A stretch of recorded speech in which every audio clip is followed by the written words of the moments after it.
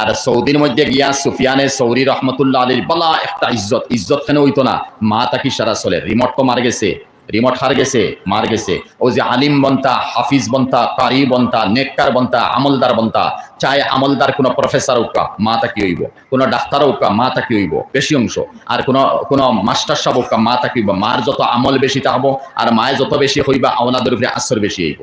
তে সুফিয়ানে সৌরি গেছেন সৌদি আরবের মধ্যে হরমে মক্কার মধ্যে, আর হিন গিয়া সারা আরবর আলিম অকল তান দিকে ঝুঁকি গেছেন, তান ইলিম দেখিয়া, তাকওয়া দেখিয়া, তান হদিসিতা মুখস্থ দেখিয়া সারা আলিম অকল তান দিকে ঝুঁকি গেছেন।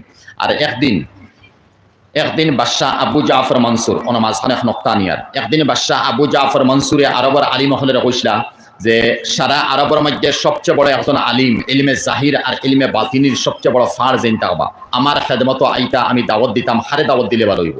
ও আলিম হলে উঠিয়া কইসলা সুফিয়ানে সৌরি আছেন তানে দাওয়াত দেখবা। ও হজরতে সুফিয়ান দে দাওয়াত দেওয়া হয়েছে, এখানে মাত্র হাটিয়া কইয়া সুফিয়ান দে দাওয়াত দেওয়া হয়েছে। সুফিয়ান যাওয়ার পরে বাদশাহ আবু জাফর মনসুর এরা বনু আব্বাসর বংশর বাদশাহ আসলা। আবু জাফর মনসুরে উঠিয়া হলে হজরত আমি আপনারে আনছি, আমার একটা নসিহত করতাম। বলে তোমারে নসিহত করতাম নি বলে। তখন হজরতে ওলা গেলাস আসছিল, কইলা এক গেলাস পানি আপনি আনাউকা, আমার পিয়াস লাগছে, আনাইছন। আনাই পরে রাখছন, রাখার পরে হইলা বাদশাহ সালামত, ও যে পানি এক গেলাস আমি আনাইছি, মিসাল দিতাম মরি বলে কিতা মিসাল, বলে মনে করি নাও তুমি বড় পিয়াসা, তোমার ওলা পিয়াস লাগছে, এখন পানি না খাইলে বাঁচতাই নাই, 1 দিন 2 দিন 3 দিন 5 দিন 7 দিন গেল গিয়া, এখন তোমার ওলা পিয়াস লাগছে যে এই পানি যদি তোমার বডি যায় না, ভিতরে ঢুকে না, ডাক্তারে হলে কইছেন এই মানুষ মারা যাইবা। মানে ওলা প্রয়োজন হয়েছে এমন সময় পানি, ওই 1 গ্লাস পানি হলে প্রয়োজন যায় কি জান বাঁচি যায়। হে আবু জাফর মনসুর, যদি কোনো আরবর কোনো মানুষে 1 গ্লাস পানি দিলায় আর ডাক্তারে আগে হইয়া রাখছে অত সময়ের ভিতরে পানি 1 গ্লাস না খাইলে মরি যাইবা, তো এই সময় আপনি কিতা করবা, কি মতো পানির গ্লাস সালাম মালিকে যদি হয় হে আবু জাফর মনসুর আরবর অর্ধেক বাদশাহী আমারে দিলাও, তখন তুমি দিবেনি 1 গ্লাসের মোকাবিলার মধ্যে, তুমি কিন্তু ওয়ার্ল্ড পানি পারায় না, আর এই পানি ছাড়া তোমার জানবাজ চলায়। তখন আবু জাফর মনসুর হলে জি আমার অর্ধেক বাদশাহী দিলেন।